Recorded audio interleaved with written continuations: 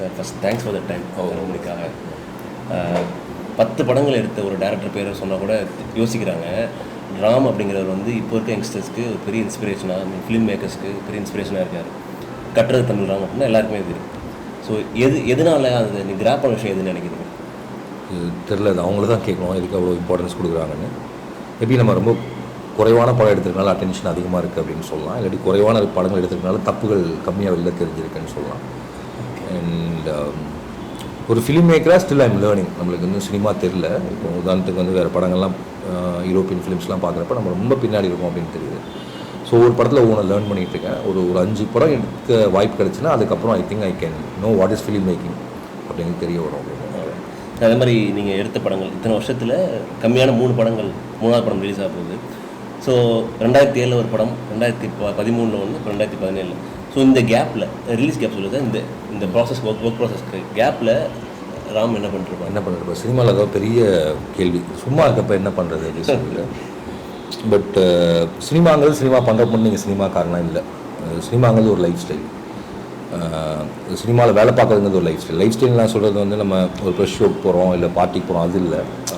ஒரு டிரெக்டராக, ஒரு ரைட்டராகவே நீங்கள் வாழ்கிறது அப்படிங்கிறது ஒரு லைஃப் ஸ்டைல். அதுக்கு தொடர்ந்து நீங்கள் இயங்கிட்டே இருக்கணும்.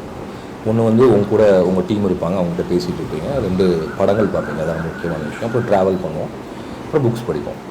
தெரிஞ்சு இது இந்த 3 தான் திரும்பி நடந்துகிட்டே இருக்கும். அதுக்கப்புறம் நிறைய புதிய மனிதர்களை சந்திக்கணும் அந்த காலங்களில். அப்புறம் ஊர் மாறிட்டே இருக்கு. தரமணி படையெடுக்க ஆரம்பிச்சிருந்த ஊரில் தரமணி முடிக்கிறப்ப. ஸோ அப்போ வந்து இந்த அப்டேட் பண்ணிகிட்டே இருக்க வேண்டியிருக்குன்னா நம்ம வந்து பெரிய சீரியஸாக இருக்க வேண்டாம். சாதாரண விஷயங்களே, ரொம்ப எளிமையான விஷயங்களே ட்ராவல் பண்ண நம்ம இருக்க ஊர்லேயே தெரியுது. சென்னை வந்து எல்லாமே இங்கே இருக்குல்ல. ஸோ அதனால் சும்மா இருக்கிற நாட்கள்ங்கிறது தான் ரொம்ப முக்கியமான நாட்கள். அந்த நாட்களில் நீங்கள் என்ன பண்ணுறீங்கிறது தான் உங்கள் படத்தில் வந்து வெளியில் வரும். கட்டுறது தமிழில் வந்து ஒரு விஷயத்தை முன் வச்சிங்க. அதாவது வந்து சமகால அரசியல் பற்றி, அடுத்து வந்து எஜுகேஷன் பற்றி. இப்போ தரமணி என்ன எதிர்பார்க்கணும்? தரமணி வந்து 2014 தொடங்கணும்னு நினைக்கிறேன். 2014 இந்த 3 வருஷத்தில் ஒரு 3 வருஷத்தில் முந்திப்பாக ஷூட்டிங் ஒரு 90 days நடந்திருக்கும். ஒர்க்குங்கிறது ஒரு 6 மாதம் தான் இருக்கும். ஸோ இப்போ இந்த அதில் வந்து கொஞ்சம் முன்னாடி பின்னாலாம் நடந்திருக்கும். நாங்கள் ஆரம்பிக்கிறப்போ வாட்ஸ்அப் வரல. படம் ஷூட்டிங் போயிட்டு தான் வாட்ஸ்அப் வருது. அது இப்படி சில அப்டேட்ஸ் பண்ண வேண்டியிருக்கு ஸ்கிரிப்டில். அந்த மாதிரி விஷயங்கள் இருந்துச்சு. டிமானிட்டைசேஷன் கிடையாது நாங்கள் படம் தொடங்குறப்ப. அப்போ அப்படி ஒவ்வொன்றும் ஸ்கிரிப்டில் நீங்கள் என்னெல்லாம் வச்சுருந்தீங்களோ அதெல்லாம் மாறிட்டே இருக்குது.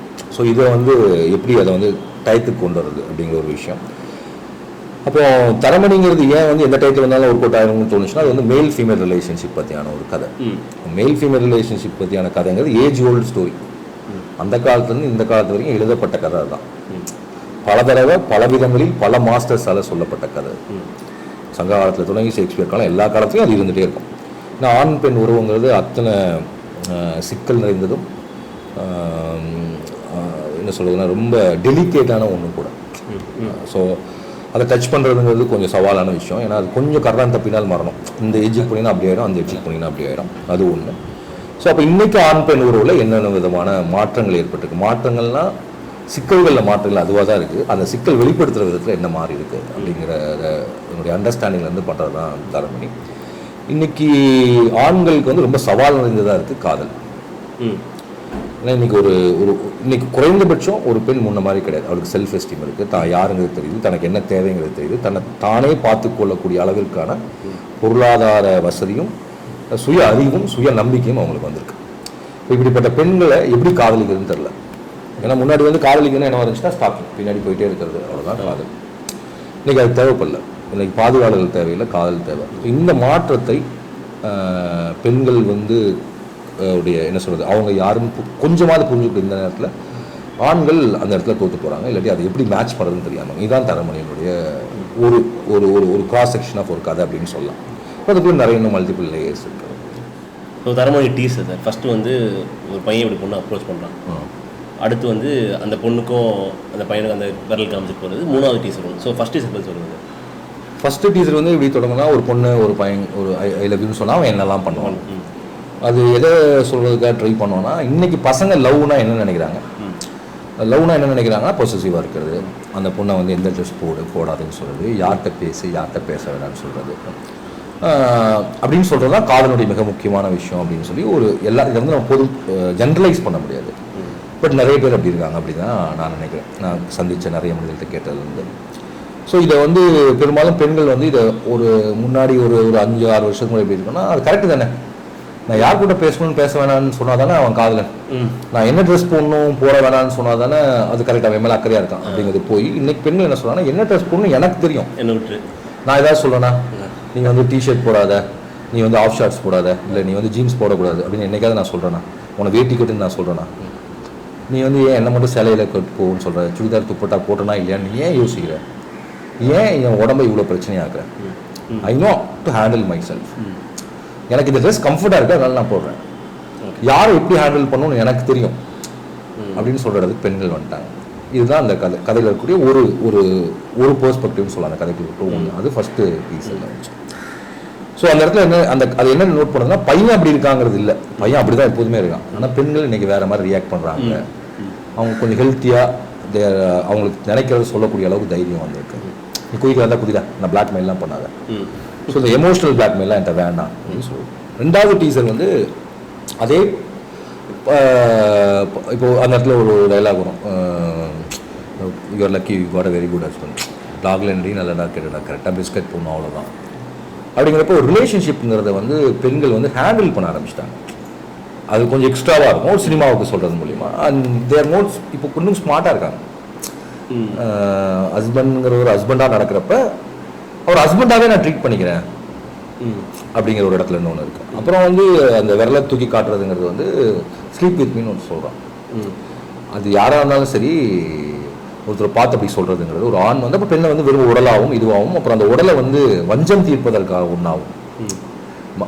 பெண் உடலை சிதைப்பது, இல்லை பெண் உடல் மீது வந்து குற்றங்களை வைப்பது, இல்லை பெண் உடலை கேவலப்படுத்துவது, பெண்ணை உடலுறவுக்கு அழைப்பதன் மூலியமாக அவளை ரிவெஞ்ச் எடுக்க நினைக்கிறது.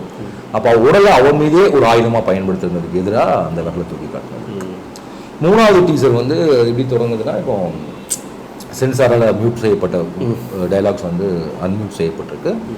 அன்மியூட் செய்யப்பட்ட டைலாக்ஸ் வந்து மியூட் செய்யப்பட்ட டைலாக் வந்து அது மாதிரி பண்ணி அது சென்சார்களுக்கு எதுவும் சம்மந்தம் இல்லை. அது அது அது என்ன நான் என்ன நினச்சேன்னா, பெண்களை ஆண்கள் ஸ்டாக் பண்ணுறது, அப்யூஸ் பண்ணுறது, மாக் பண்ணுறது, கிண்டல் அடிக்கிறது, இது எல்லாத்தையும் குழந்தைங்க பார்க்கக்கூடாது. ஆனால் தமிழ் சினிமாவில் முழுக்க அதை தான் நம்ம பார்த்துட்ருக்கோம், பெண்ணை கிண்டல் அடித்து பாடுற பாட்டு. அப்போ வளரக்கூடிய குழந்தைங்களுக்கு என்ன ஆகும்னா, பெற்றோர் துணையோடு பார்த்தாலும் துணை இல்லாமல் பார்த்தாலும் சரி, ஆண் குழந்தைகள் என்னன்னா பெண்களை கிண்டல் அடிக்கலாம், அவங்களுக்கு அது பிடிக்கும்.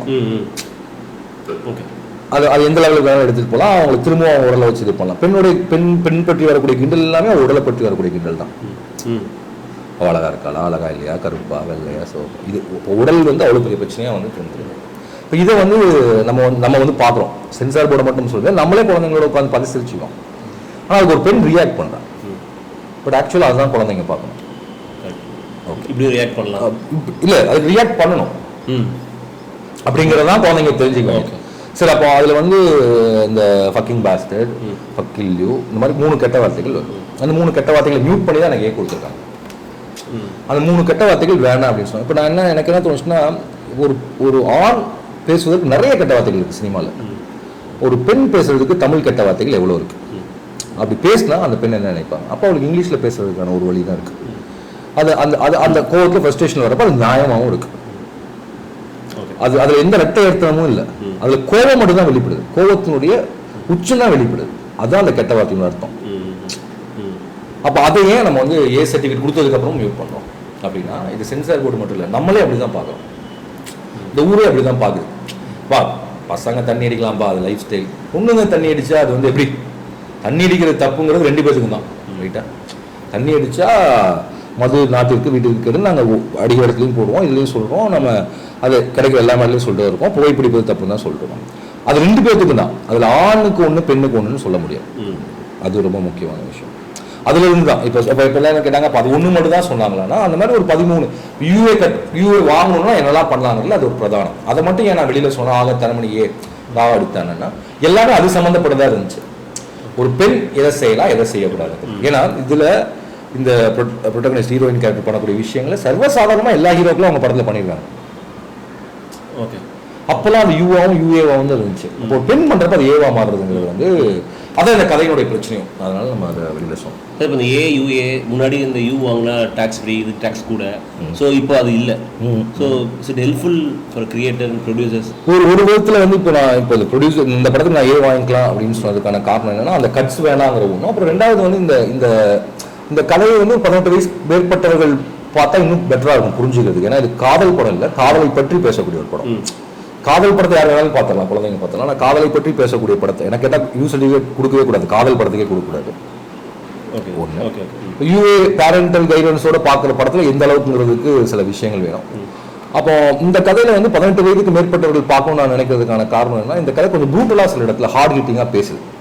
ஸோ அதனால வாங்கிட்டா பெட்டர். ஆனால் என்னன்னா ப்ரொடியூசருக்கு ஒரு பிரச்சனை என்ன இருக்குன்னா, முதல்ல டேக்ஸ் அது பிரச்சனை போயிடுச்சு. ஆனால் இப்போ திரும்ப சேட்டலைட் நான் விற்கணும்னு வச்சுக்கோங்க, திரும்ப இன்னொரு சென்சார் வாங்கணும். சேட்டலைட்டுங்கிறது எங்களை மாதிரி குட்டி படங்களுக்கு ஒரு முக்கியமான பிஸ்னஸ். ரெண்டாவது, தியேட்டருக்கு ஃபேமிலி க்ரௌட் வருவாங்களா வர மாட்டாங்களா? ஏன்னா நம்ம ஊரில் ஏன் ரொம்ப நாள் சர்டிஃபிகேட் கொடுத்து ரொம்ப நாள் ஆனால எல்லா படத்தையும் நம்ம எப்படியோ யூ வாங்கிட்டோம். அது ஒரு விஷயம். அப்படி ஆனனால என்ன ஆச்சுன்னா ஃபேமிலி வருவாங்களா வர மாட்டாங்க. ஒரு வாரத்தில் வந்திருக்காங்க, சிவப்ரோஜாக்கள் பார்க்க வந்தாங்க. எத்தனையோ பாலச்சந்தர் சார் படம் வந்து தான் அவங்க சொல்லாததுதான். அந்த பீரியட்லாம் இவ்வளோ மாரல் போலீசிங் இல்லையா? இல்லை அன்னைக்கு ஃபேமிலியோட ஹஸ்பண்ட் ஒய்ஃப்லாம் சேர்ந்து வந்து படத்தை பார்க்க தான் செஞ்சாங்க. திடீர்னு என்ன பிரச்சனை? இன்னும் விட பயங்கரமான விஷயத்த ஃபோனில் பார்த்துட்டு இருக்காங்க. தேட்டரில் வந்து பார்க்கறதுக்கு வந்து என்ன பிரச்சனை? அப்போ இதை எப்படி மாற்றுறது? ஏன்னா அவங்க வந்தால் தான் பணம் வரும், அப்போ தான் அடுத்த படம் எடுக்கணும். அதுக்கப்புறம் பெண்கள் வருவாங்களா? இன்னொரு கேள்வி. ஆண் துணையோட பெண்கள் வருவாங்க, பெண்கள் கூட்டமாக வருவாங்க. ஏன்னா படத்தில் பெண்கள் தான் நிறைய பெண்களுடைய விஷயங்கள் வந்து பேசணும்.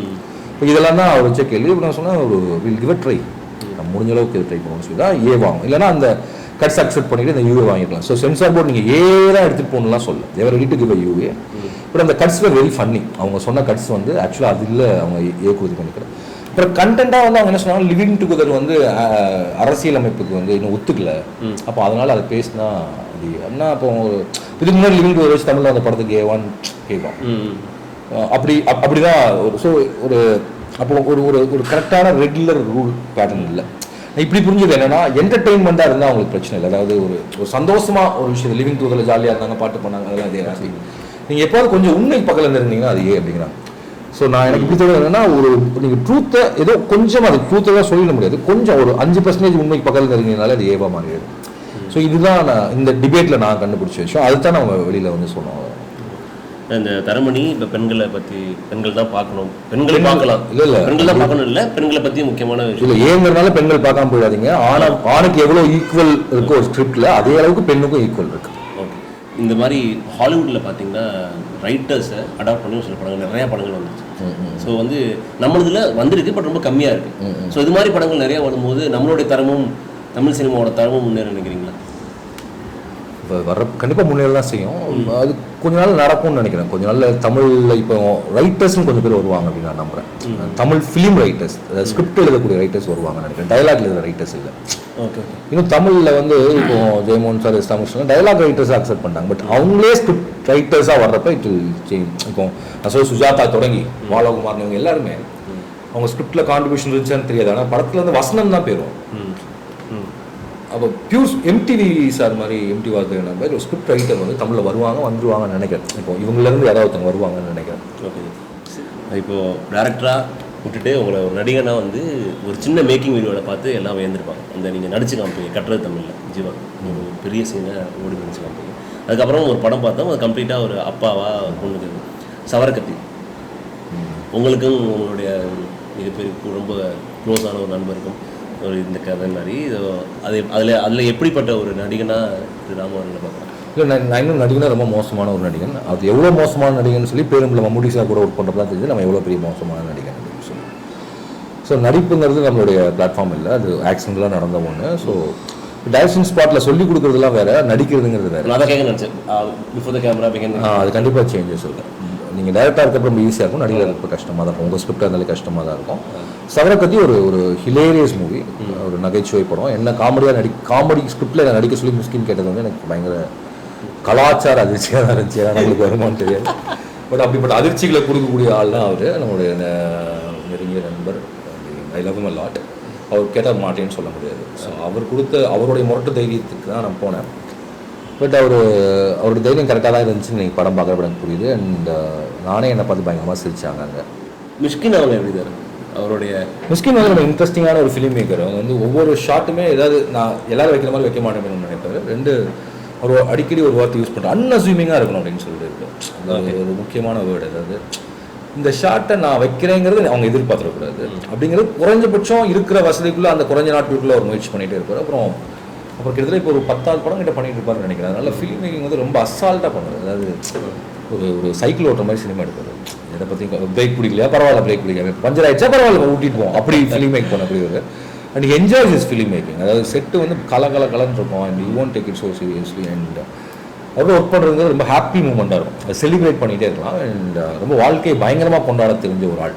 அதுக்காக ஒரு சோகம் இல்லாமல்லாம் இல்லை, கஷ்டம் இல்லாமல் இல்லை, எல்லாமே இருக்கும். ஆனால் அதை தாண்டி அவரால் வந்து பண்ணுங்க. அதுக்கு காரணம் அவர் படிக்கிற புத்தகங்கள் அப்படின்னு நான் நினைக்கிறேன். அவர் படிக்கிற புத்தகங்கள், பார்க்குற படங்கள், அப்புறம் வாழ்க்கையை ரொம்ப எளிமையாக புரிஞ்சுக்கிற விதம். இதுதான் நான் எப்போதுமே மிஸ்கினை பார்த்து நான் ரசிக்கிற இடம். எவ்வளோ பெரிய பிரச்சனையாக இருந்தாலும் சரி அதனால சிரிச்சுட்டே இருப்பேன். ஸோ அது ரொம்ப முக்கியம் அப்படின்னு நினைக்கிறேன்.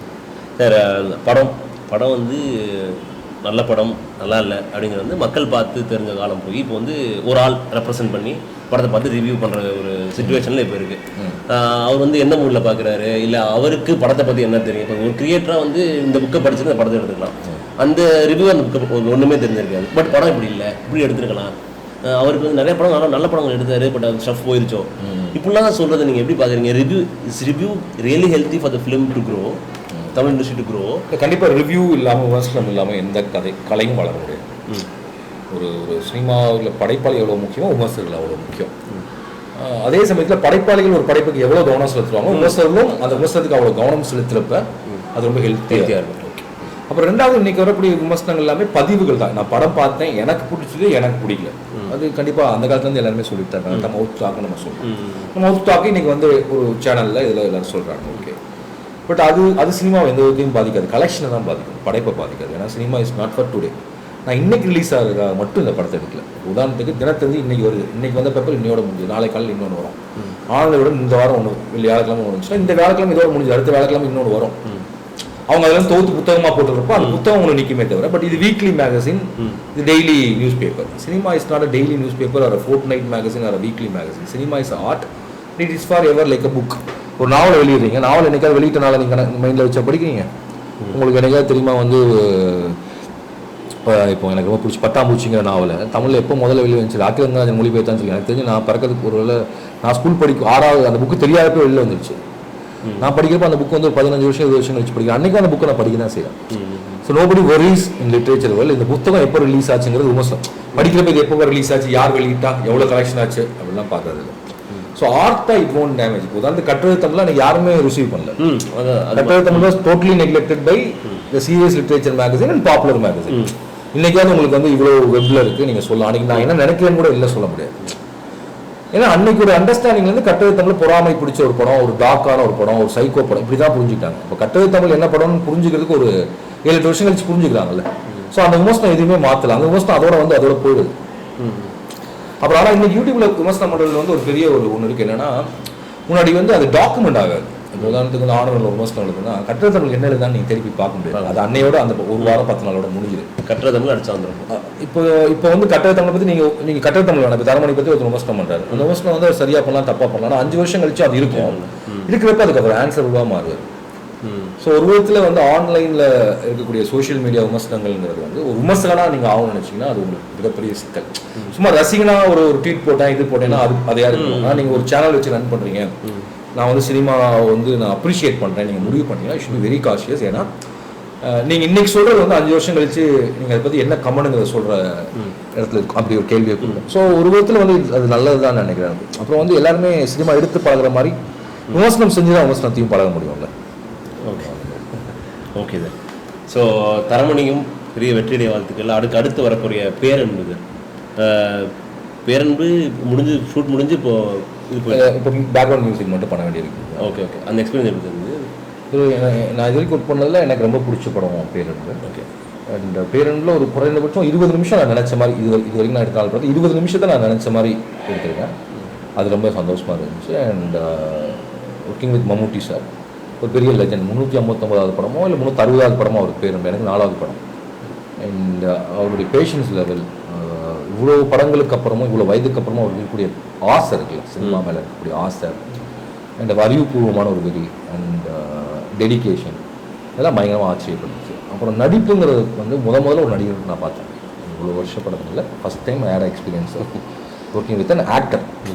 சினிமா தெரிஞ்ச, சினிமா நடிப்புலாம் என்னென்னு தெரிஞ்ச, லென்சிங் தெரிஞ்ச, கதையை நல்லா புரிஞ்சுட்டு எவ்வளோ நடித்தா போதுன்னு அவராக முடிவு பண்ணிக்கூடிய ஒரு நடிகருங்கிறது வந்து நான் ஃபஸ்ட் டைம் இப்போ தான் விட்னஸ் பண்ணேன். So it's like a master. எப்படி பாலுமகேந்திரா சார் எனக்கும், எப்படி ஸ்ரீதர் பிரசாத் சாரோ அந்த மாதிரி மம்முட்டி சாரும் எனக்கு வந்து kind of a master. Acting மட்டும் இல்லை, சினிமாவை அண்டர்ஸ்டாண்ட் பண்ணுற விதங்கள்லேருந்தே நிறைய கற்றுக்கிட்டேன். So it's like a learning experience. So okay sir, ரொம்ப தேங்க்ஸ், தேங்க்யூ ஸோ மச். இது மாதிரி நிறைய படங்கள் பண்ணணும், சீக்கிரம் பண்ணணும் அப்படிங்கிறது எங்களுடைய ஆசை. ஸோ தரமணி வெற்றியடைய வாழ்த்துக்கள்.